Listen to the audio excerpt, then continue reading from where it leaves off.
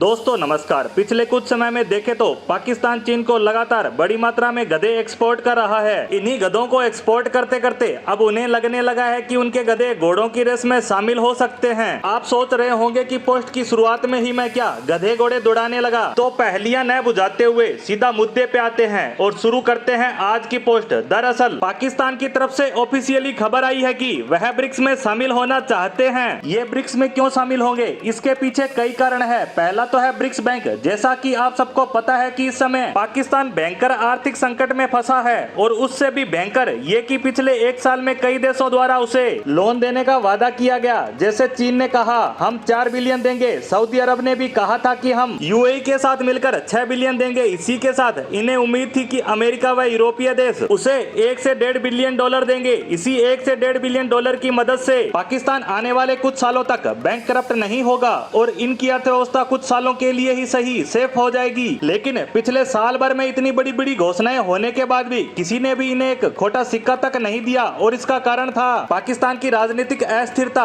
पाकिस्तान में राजनीतिक हालात इतने खराब हो चुके हैं कि किसी को भी समझ नहीं आ रहा कि पाकिस्तान का भविष्य क्या होगा, वहाँ के राजनीतिक हालात सुधरेंगे भी या नहीं और यह देश किस राह पे जाएगा। इसीलिए इस गधे पर कोई इन्वेस्ट नहीं करना चाहता। इसका कोई भविष्य नहीं हो। सिर्फ यही देश नहीं है जो पाक की मदद करने से पीछे हट गए, बल्कि आईएमएफ ने भी घोषणा की थी कि वह पाकिस्तान को 6 बिलियन डॉलर की सहायता देगा। उस आईएमएफ ने भी इस लोन की आड़ में पाकिस्तानी सरकार से क्या कुछ नहीं करवाया, वहां की पॉलिसियों में इतने परिवर्तन करवा डाले और आम जनता पर इतना टैक्स बढ़ा डाला कि पाकिस्तानी जनता का जीना दुश्वार हो गया है। लेकिन इन सब के बावजूद उसने भी लोन देने से साफ मना कर दिया और कहा कि आपके द्वारा दिए डॉक्यूमेंट के आधार पर इनमें बहुत सा फर्जीवाड़ा नजर आ रहा है। इसीलिए यह गधा अब घोड़ों की रेस में शामिल हो एक नए लोनदाता की आस लगा रहा है, क्योंकि ब्रिक्स ताकतवर देशों का संगठन है और इन्होंने ब्रिक्स बैंक का गठन कर रखा है जिसमें ये एक दूसरे की मदद करते हैं। ऐसे में अगर पाकिस्तान यहाँ घुस जाता है तो उसे भी इस बैंक की सहायता से अरबों डॉलर की मदद मिल जाएगी। इसके साथ ही एक अन्य कारण भी बताया गया है जो कि है ब्रिक्स करेंसी, क्योंकि हाल ही में बताया गया कि ब्रिक्स देश आने वाले कुछ सालों में ब्रिक्स करेंसी बना सकते हैं जो कि इन सब देशों की साझा करेंसी होगी और यह बहुत पावरफुल होगी क्योंकि इसके पीछे होंगे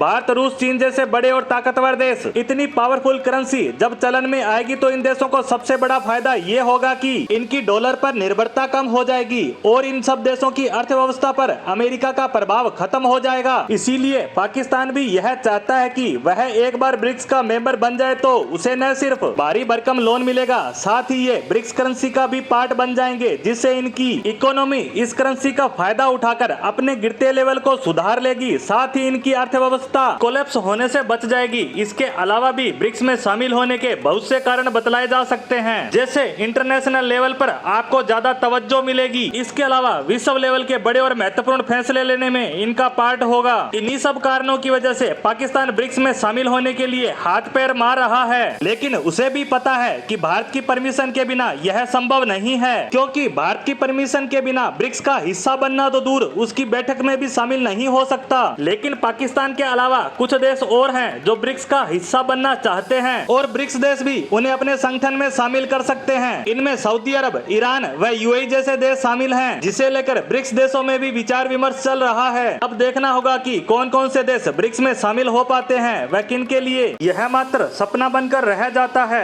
इसी के साथ हमारी आज की पोस्ट को यहीं विराम देते हैं। धन्यवाद।